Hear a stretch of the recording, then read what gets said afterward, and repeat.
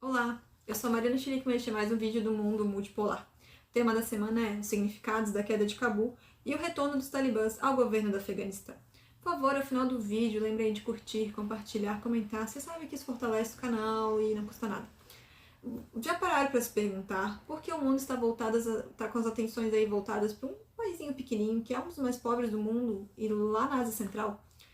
Em verdade, como todas as nações do sul global, lembrando que temos um post explicando esse conceito no Instagram, o Afeganistão ele possui uma riqueza mineral estimada em mais de 3 trilhões de dólares. E depois a ocupação estadunidense responde por 90% da produção de opiáceos.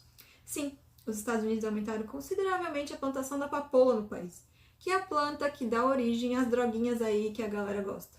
Mas, mais importante de tudo, a sua riqueza está há séculos localizada na geografia. Olhem o mapa. Ela está no coração da Ásia Central, fazendo fronteira com a China, com o Irã e com o Paquistão, o que é um corredor estratégico para quem deseja controlar 75% da população mundial e 66% da economia do planeta. Mais recentemente, a tragédia do povo afegão está associada à Guerra Fria, aquela que começou lá depois da Segunda Guerra Mundial. E a estratégia dos Estados Unidos sobre o governo de Jimmy Carter, naquele momento, de criar um cinturão verde, em referência à cor do Islã, contra os vermelhos comunistas em toda a região do Irã à Índia. Ao mesmo tempo, eles buscavam privar a União Soviética do acesso às águas quentes do Oceano Índico. Juntamente com os serviços secretos do Paquistão e da Inglaterra, e além do apoio financeiro da Arábia Saudita, eles organizaram a Operação Ciclone, que naquele momento se constituiu na prática de subornar os senhores da guerra afegãos, além de estimular o fundamentalismo islâmico contra um governo apoiado pelos soviéticos. Além disso, eles treinaram dezenas de milhares de militantes e deram espaço para todo tipo de grupo jihadista, entre eles a Al-Qaeda, que era liderado pelo famosíssimo bilionário saudita Osama Bin Laden, que trouxe para o Afeganistão cerca de 35 mil guerrilheiros recrutados do norte da África. E a segunda tragédia pós-Guerra Fria foi a descoberta de trilhões de barris de petróleo e de metros cúbicos de gás natural na região da Ásia Central, e do desejo das companhias ocidentais de, ao mesmo tempo, se apropriar dessa riqueza e privar a Rússia do acesso ao mercado consumidor europeu de energia. Por essas razões, após a vitória do Talibã, coincidentemente ou não, no ano dos atentados de 11 de setembro de 2001, os ingleses e estadunidenses já estavam preparados para uma operação militar que o objetivo era eliminar os talibãs e entronizar um governo fantoche lá no país. Então, assim, a destruição das Torres Gêmeas ela deu a justificativa para a guerra a um país que não tinha absolutamente nada a ver com os eventos. Entretanto, naquela época, os Estados Unidos estavam no auge do poder unipolar e eles sonhavam com o século americano. Então vamos imaginar assim, que o Brasil, por um acaso, abrigasse um grupo terrorista aí, que é só um grupo que não é o exército oficial ou a maioria da nação, e que esse grupo atacasse os Estados Unidos. Daí, por conta disso, os estadunidenses simplesmente decidissem invadir o país e ficassem por aqui por 20 anos. E mais, eles dizerem que na Argentina o presidente deu uma força aí para esse grupo. Então eles vão lá, simplesmente matam o presidente argentino e também ocupam o país. É um absurdo, né?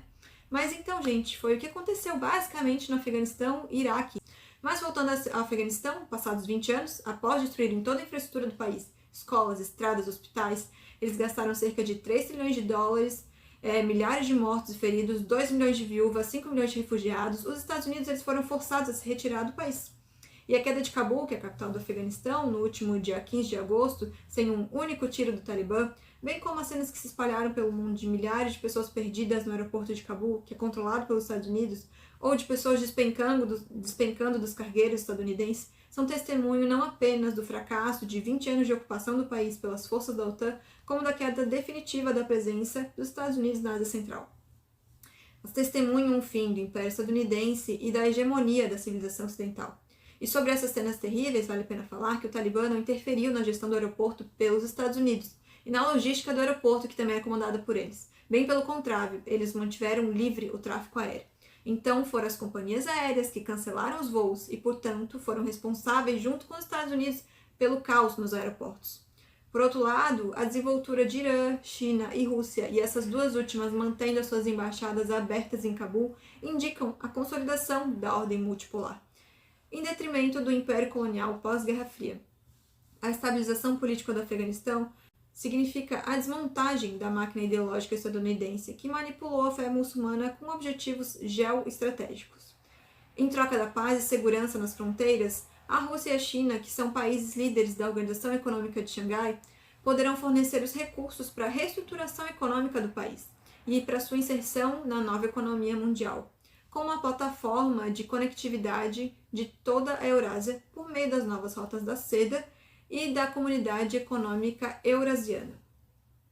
Diferente do FMI e do Banco Mundial, que são os braços financeiros da OTAN, que congelaram bilhões de dólares em ativos, além de empréstimos na casa de 600 milhões de dólares ao governo afegão para o auxílio das populações pobres, os líderes do Sul Global, eles estenderam a mão ao novo governo, reconhecendo o direito dos afegãos ao autogoverno, o respeito à soberania e à não intervenção nos assuntos internos.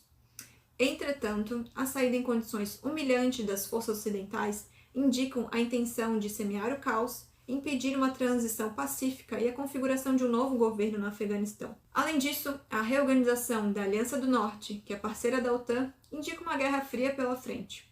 E do outro lado, o assassinato de 7 engenheiros civis chineses no vizinho Paquistão pela guerrilha do Exército de Libertação do Balochistão, que é um grupo terrorista que é associado à CIA e patrocinado por ela, é um recado à China de que os Estados Unidos não estão dispostos a tolerar a articulação do Afeganistão ao mundo eurasiático sem resistência.